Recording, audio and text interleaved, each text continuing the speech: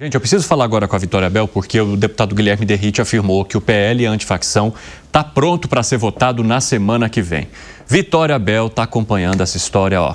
E o governo está tentando reverter a situação, quer ainda o projeto original. Vamos entender essa celeuma toda com ela aqui. Conta pra gente, Vitória. Pois é, Evandro, diante de tantas versões e recuos aí que Guilherme Derrite tem feito em relação ao texto do projeto antifacção, o Palácio do Planalto tem enxergado uma excelente oportunidade para tentar retomar parte ou a maior parte do texto original que tinha sido elaborado pelo Ministério da Justiça. Vamos lembrar que o Ministério da Justiça apresentou esse projeto que previa o aumento de punições, de penas para quem integrasse organizações criminosas. Apenas o fato de alguém ser de uma facção criminosa já poderia gerar uma pena de 8 a 15 anos de prisão. Esse projeto modificava a Lei de Organizações Criminosas de 2013. O relator Guilherme Derrite, junto com o presidente da Câmara dos Deputados, Hugo Motta, resolveram fazer uma nova lei abordando o mesmo tema, mas de uma forma diferente, numa nova lei, para fazer diferente do Palácio do Planalto e dizer que é um novo material, uma nova proposta de autoria do Congresso, uma forma também de agradar a oposição e o Centrão. Essa nova lei tem, no entanto, gerado problemas com o Palácio do Planalto. A gente já disse aqui que o governo está ainda insatisfeito com a proposta de Guilherme Derrite, mesmo que ele tenha recuado, já recuou no ponto em que ele previa mudanças na lei antiterrorismo, retirou isso da lei antiterrorismo, ele voltou a fazer financiamentos para a Polícia Federal, direcionar, melhor dizendo, a apreensão de bens de suspeitos para a Polícia Federal, que também era um questionamento do Palácio do Planalto, mas o Palácio do Planalto ainda tem um temor em relação à tipificação penal que Guilherme Derrite faz nesse texto.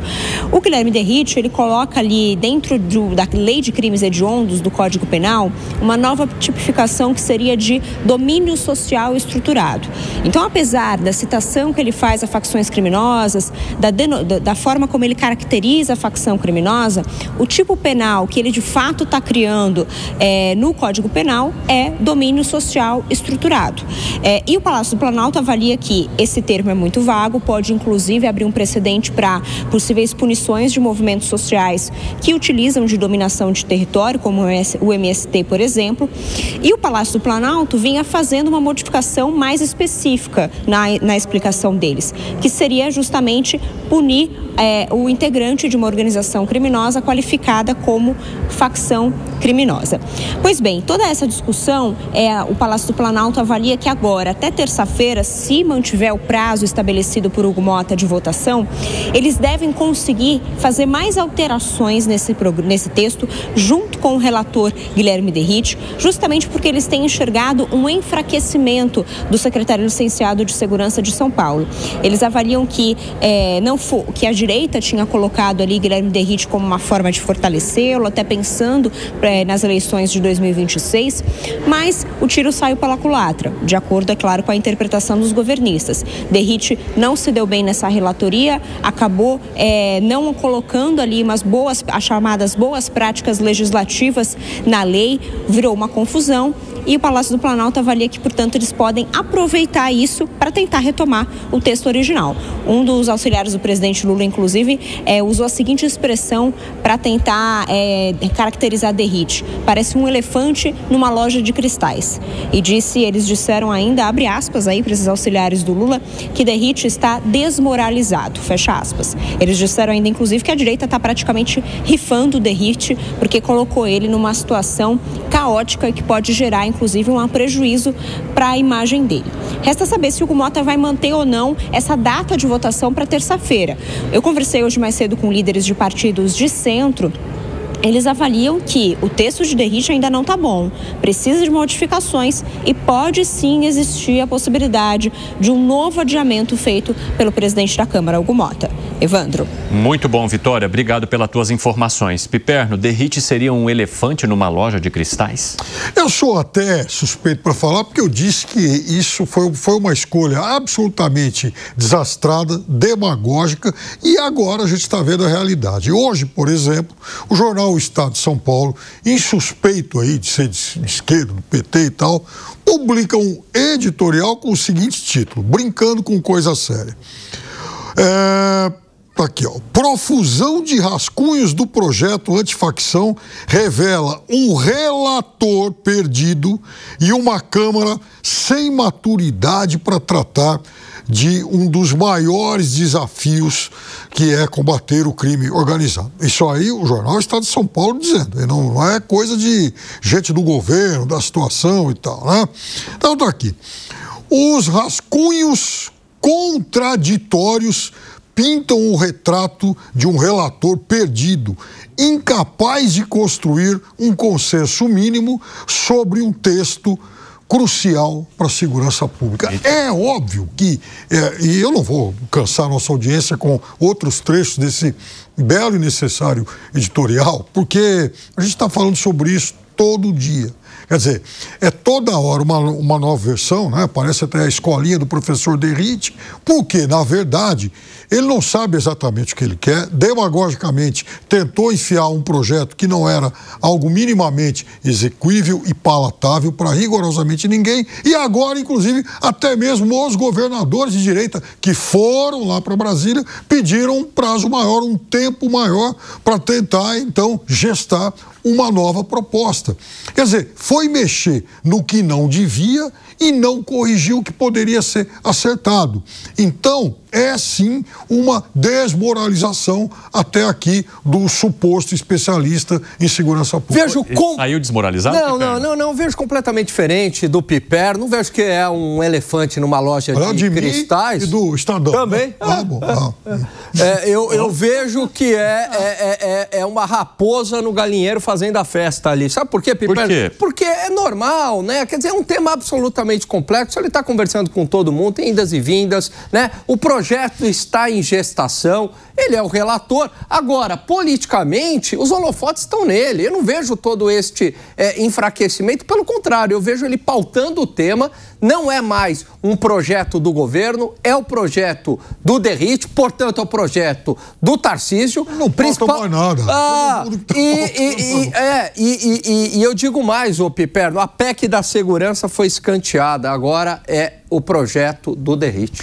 Exatamente, né? Agora, o que chama a atenção é que Derrite está fazendo essa costura e a gente até tentou bater um papo com ele nesta sexta-feira, mas ele disse que ele estava extremamente concentrado na edição desse projeto e a Vitória Bel nos contou ali que há a possibilidade de mais uma alteração, o que poderia gerar ainda mais questionamentos ao Guilherme Derrite sobre a quantidade de vezes que ele mudou a proposta.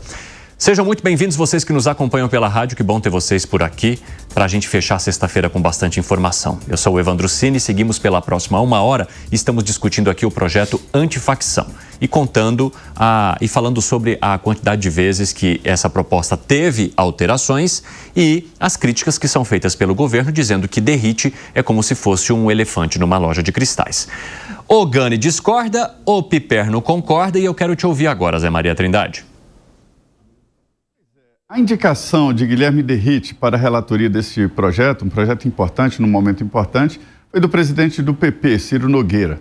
Ele que levou ao presidente, olha, nós temos isso aí, e o presidente da Câmara, Hugo Mota, segue muito as indicações do presidente do PP. É claro que ele tem o apoio ali de uma base importante do Centrão e evidentemente, do PL. Agora, ele já se afastou do PL quando tirou aquela parte da redução das competências da Polícia Federal no projeto dele. A ideia não é nem diminuir a Polícia Federal, a ideia é fortalecer o governador como agente de segurança pública, né? E a União entra, evidentemente, com recursos e o governador é que agiliza ali a segurança pública. Já é assim, mas a ideia dele era fortalecer o posicionamento dos governadores. Desde o início eu disse aqui que o relator é sim forte, mas não pode tudo. O relator não é o dono do projeto. O dono do projeto é a Câmara dos Deputados. Houve erros, ele vai para a 5ª versão pública. Um relator, ele faz 20 versões, mas internamente, porque ele procura grupos, ele tinha que ir no PT e houve conversas. O PT falou, olha, tirando a palavra terrorismo, pode dar até 40 anos para facções. A resistência do PT era para a palavra terrorismo, e também evitar qualquer possibilidade de enquadrar o MST como grupo terrorista. Eram duas grandes preocupações do PT. O que o relator faz? Ele tem que ir nas partes e fazer um texto que será aprovado. Não adianta o relator ter uma ideia e no plenário ser derrotado. E falta exatamente a maturidade para a Câmara para lidar com um assunto sério. Isso não é uma mudança do governo Lula, muita gente fica muito preso. O governo Lula acaba ali no ano que vem ou, no máximo, mais um tempo, mais uns anos e pronto. E nós ficamos com a legislação para sempre aí. Eu sempre falo isso porque a vida segue com outros presidentes, com outros governadores. E o Congresso tem que encontrar essa maturidade para entender o processo. As facções criminosas dominaram o país. Não é à toa que há essa pressão do Brasil inteiro para que o Congresso participe. O Congresso não vai resolver isso. O governador do Rio de Janeiro não resolveu o problema, né? Então, assim, tem que seguir. Então, falta maturidade para entender que é preciso um texto que siga para outros governos e que realmente crie esse tipo penal novo de facção criminosa, que é uma realidade nova, né? E siga, e não ficar com briguinha aí de oposição com o governo. O governo já está querendo reagir, querendo ganhar o discurso, montar uma agência de combate ao crime organizado. Não precisa, só usar a legislação e as polícias que existem hoje aí, né? Esse discurso de união que você acabou de fazer aqui, Zé, foi bem parecido com o que disse o presidente da Câmara, Hugo Mota, a nossa repórter Rani Veloso, lá em Brasília. Inclusive, esse destaque já está lá no nosso site, jovempan.com.br, se você quiser acessar. E eu vou trazer aqui o trecho do que disse, então, o presidente da Câmara, a nossa Rani Veloso. O Brasil não pode mais assistir de braços cruzados enquanto famílias inteiras são destruídas pela violência. As pessoas de bem estão cansadas de ver criminosos serem presos num dia e soltos no outro. É por isso que precisamos endurecer penas, fechar brechas e mostrar que o crime terá consequências reais. O povo clama por justiça e não por desculpas. Querem ser lembrados como defensores dos interesses do povo? Trabalhem juntos pela segurança de todos.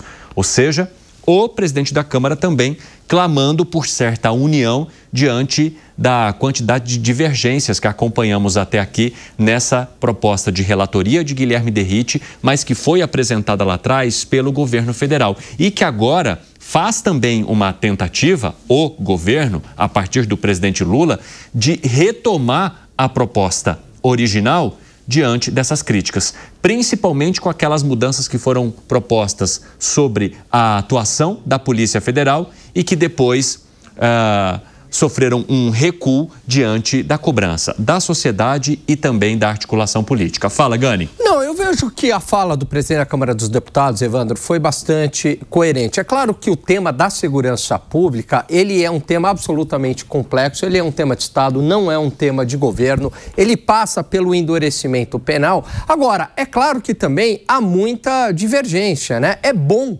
que talvez pela primeira vez em vários anos o país esteja discutindo a sério esta questão, o Congresso esteja discutindo a sério. E é por isso que eu vejo com uma certa naturalidade, né, toda essa dificuldade em relação à relatoria do Guilherme Derrite, né? Estou esperançoso porque ele tem uma visão, sim, de endurecimento penal. Vejo que há chance desse projeto passar, mas é natural que tenham todas essas fricções em relação a isso. De qualquer maneira, a gente precisa, Evandro, urgentemente do aperfeiçoamento penal e, mais do que isso, de que a justiça também aplique as leis mais duras aprovadas no parlamento. Só assim é possível reduzir a criminalidade no Brasil. Ô Piperno, como é que você avalia o posicionamento do presidente da Câmara, Hugo Mota, até aqui?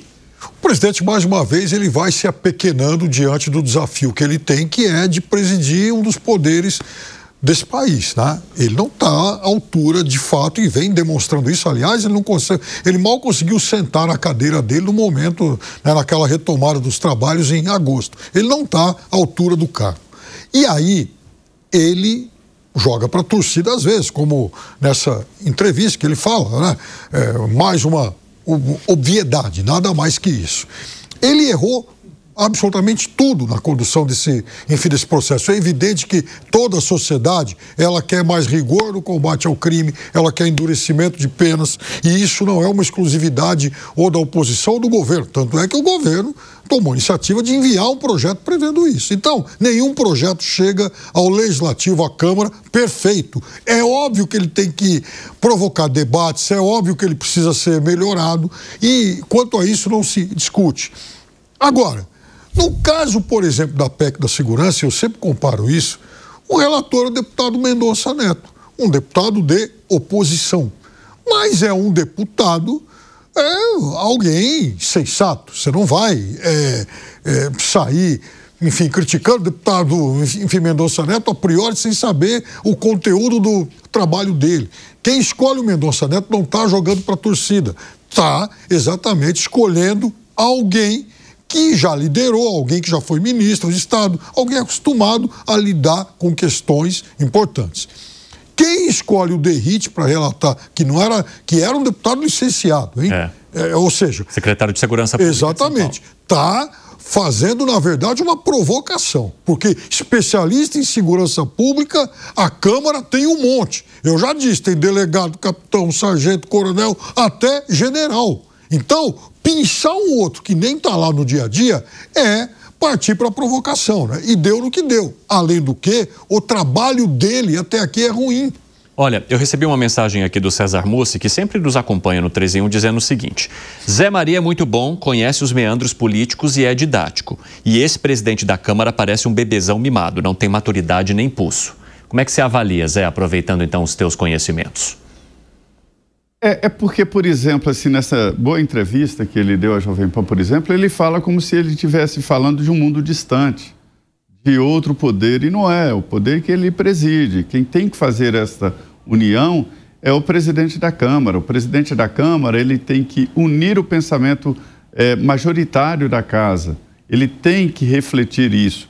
Quando ele nomeou o Derrite, eu fiquei com a impressão de que ele tinha tomado o pulso da casa e entendido de que o Derrite teria essa maioria e inclusive, negociaria. Aí a gente vê que não tinha essa maioria formada. E um relator sozinho não pode fazer nada. Muito pelo contrário, o relator pode atrapalhar o processo. Porque se ele não negociar, o regimento interno da Câmara é extremamente benéfico com minorias, né? Protege muito minorias. Um deputado, se ele tiver uma inteligência e conhecer o regimento, um deputado não é um partido, um deputado ele atrasa um processo de votação e às vezes até inviabiliza, só usando ali as brechas do regimento interno. Então, assim, um relator ele não pode sair brigando com todos, ele tem que fazer exatamente esse ajuntamento. E o presidente da Câmara tem que propiciar isso. Então, não adianta impor um relator se esse relator não tem força política para aprovar o projeto. Agora, se ele não tem força política, ele tem que ir atrás disso, né? E o Piperi tem razão, o Derrite é um excelente quadro, né?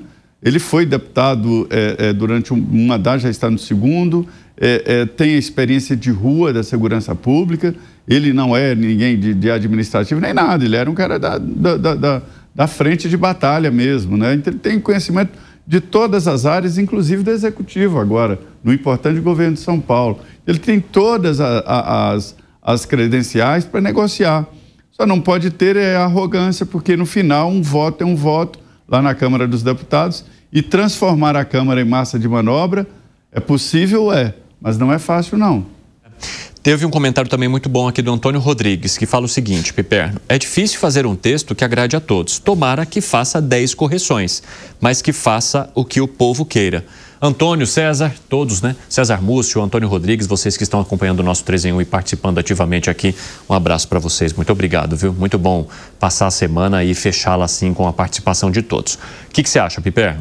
Eu acho que, do ponto de vista conceitual, nosso amigo, ele está correto. O importante é fazer um bom texto. Por exemplo, a reforma tributária ficou em discussão 30 anos, né? Imagina quantas versões fizeram disso aí.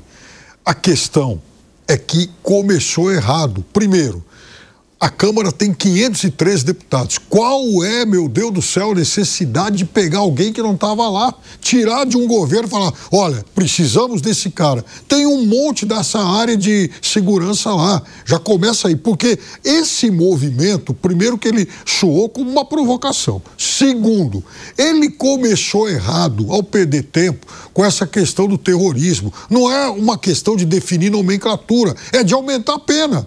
O cara que está condenado lá um tempão tem que ficar 50 anos e cumprir, apodrecer na cadeia. Dane-se se ele vai ter essa ou aquela denominação. Quer dizer, ele tem que estar lá cumprindo. Mas o Derrite nunca foi defensor dessa ideia. Isso veio da oposição, ele nunca levantou essa bandeira. Mas depois, tanto é que ele volta atrás. Mais um recuo. Agora... Mas tudo bem, mas ele não era o defensor da bandeira de que deveria ser tratado como terrorista, e sim do endereçamento penal. O Alan, e quem levou o Derrite para lá, já tinha que, inclusive, de alguma forma, ajustado isso com ele. E outra coisa, foi mexer na história da Polícia Federal. Isso foi inadmissível. E outra coisa, essa versão que está lá, a quarta versão, embora ela restitua lá, né, enfim, os poderes aí da Polícia Federal, na verdade está tirando verba. Porque o Zé até pode explicar isso, porque tira o acesso que a Polícia Federal hoje tem a alguns fundos. Mas isso ele corrigiu. Não, a questão dos fundos não. Então, ele restitui as prerrogativas, mas ele provoca um desfalque orçamentário. É o que está lá por enquanto. Agora, o Piperno, o que você chama de provocação, eu vejo que é um movimento político. Na verdade, ali foi a escolha do Hugo Mota, muito influenciado pelo Ciro Nogueira, como trouxe o Zé. Por quê? Porque, na verdade, colocam o Derrite porque já estão antecipando as eleições de 2026. Tem uma conotação política. Olha a falta de responsabilidade. Não, mas ele tem as credenciais também. Um tema tão sensível, ele vai provocar. Não, mas o tema sensível tem que ser resolvido. Não, mas ele também tem as credenciais. Agora, claro que há um componente político aí também.